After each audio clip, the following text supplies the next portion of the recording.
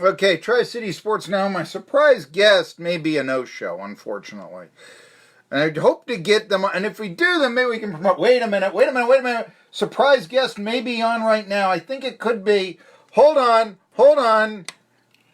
Is this Amber? Hi, this is Amber. Amber, Marky Billson here, the Brian Johnson Obsessed Sports Talk Show host down in the Tri-Cities. How do you do? We're talking to Amber Balcaen, who you may be seeing on the CMT reality show Racing Wives, and has been getting a lot of attention through that. How do you do, Amber? Good, how are you doing? You're actually my 18th interview today. I did a media day all morning, so sorry that I just answered your call now. That's okay.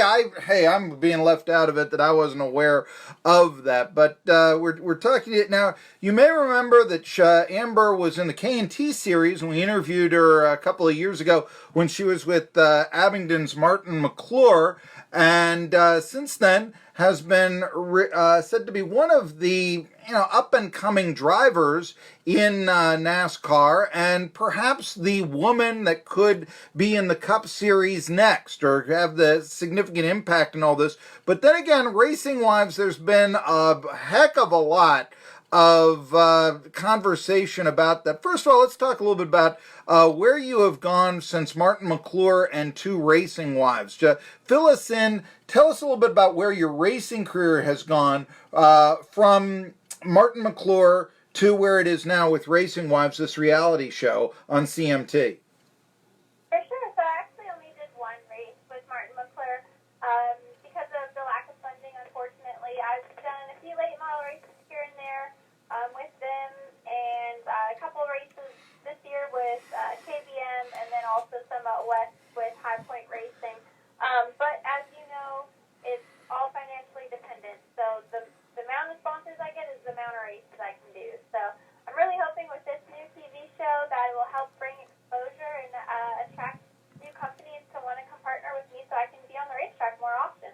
Okay, but here we go. The Bushes, they own Bristol, and I'm reading about online that with your involvement in the reality show, wait a minute, Amber and the Bushes are not getting along. I guess there was the idea of you took a drink at a meet and greet or something like that. Tell us a little bit about what's going on in the reality show, and I don't know, what is your relationship like with the Bush family? Yeah, no, the relationship with Samantha Bush and I in the show at first is a little bit rocky. It was really just all miscommunication.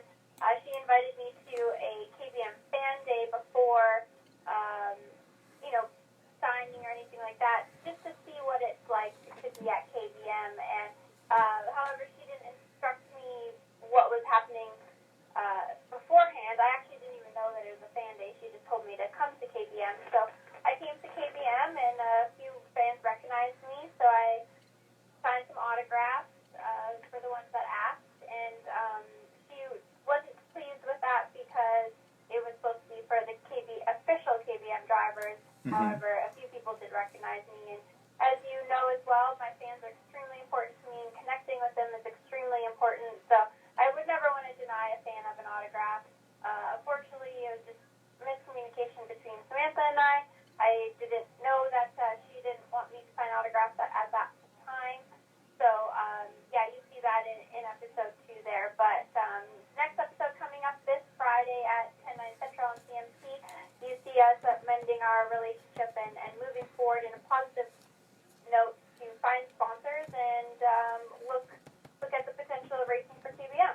Well, let's talk a little bit now how this reality show came about. Now, I do understand why you would be part of Racing Wives, but you're not married. I mean, so I'm curious about Racing Wives. How did the reality show come about for you? Yes, you're correct. I'm not married. I do have a boyfriend, but he is not a race car driver. He's a football player, so I'm the race car driver in the relationship. And how this came about was I've known Samantha for a couple years now. We met, and I shared my story with her and told her that I've moved from Canada, and I've been working really, really hard to make this happen and get the sponsors. And she actually reached out to me after I won a few races with Lee Pulliam in the late model, and thought that I would be a good fit for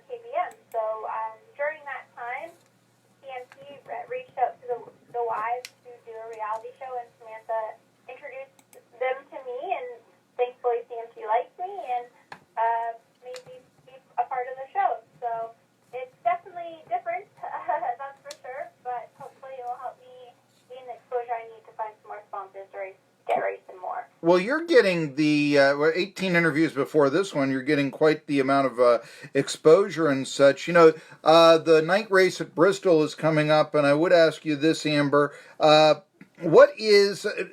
they ever explained, or are you learning maybe some of the Bush's secrets for success in short track racing? Has this been a topic that you've been able to get in touch with Kyle and Kurt and discuss?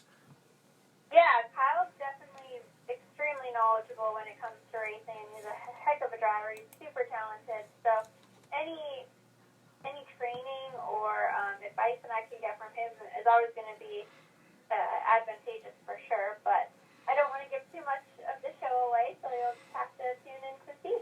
How many episodes are on Racing Wives? How many are you slated for? How many are you signed for? There are 8 one-hour episodes, and I'm on every episode. So, right, have they all been shot, or are you, right now you mentioned episode 3's coming up after the so-called friction with Samantha on episode 2. What about the next one? Yeah, so all the scenes the show was actually all filmed last year, and it's just airing now, so it's a lot of my story from last year, but kind of relates a little bit to this year with, struggling to find sponsors, but yeah, that's what it is. Why do you think that sponsorship money is so hard to come by in stock car racing today? I mean, is it that it's limited? I mean, the tobacco sponsors are not as friendly. Is it that modern day companies maybe don't want to be involved with something that, hey, used to be involved with tobacco or something along those lines? A race in Bristol this weekend sponsored by the NRA. Why do you think it is that corporate money is no longer coming into NASCAR? I don't think that it's not no longer coming in. That's a good point, yeah, but why is it suppressed, I guess? Why isn't it coming in? Amber, I used to hear that there was 74% brand loyalty in NASCAR. So if you were a Labonte fan, you were eating cornflakes for breakfast. Why therefore aren't the sponsors there like they used to be? I think that the sponsors are still there. It's the cost of racing has increased so much that it's a lot to keep up with. And I mean, you still see sponsors coming in. When Lowe's left Jimmy Johnson, everyone was wondering what was going to happen. But then Allie came in and he got a new sponsor. So it's not that there's not still sponsors coming in; they're just harder to come by. And it's all about proving the return on investment. And with social media nowadays, you can pay an influencer a lot cheaper to post a post than sponsor a race car. So that's why I really am hoping that this show will help me with that, because I can utilize not only the value in having a logo on the race car and being seen on TV, but also through my social networks and my social influence and the TV show and just more exposure all around. That's what companies want, is exposure. So I've been in contact with a few companies within the last 6 months or so, and hoping to lock one down soon and be racing full time again, because that's the goal here, is to race as much as we can. Well, Amber, I mean, you were trending #1 on Yahoo this weekend, and I remember I've got to send the email to her. She's been on the show and have her back and all this. But what kind of a response did you get when you were trending #1 on Yahoo, which shows you what search engine I use? To be honest, this is the first I knew about it. I didn't even know that. So thanks for sharing. On Sunday, yes, you have the trending and all that sort of stuff, and yes, I know that.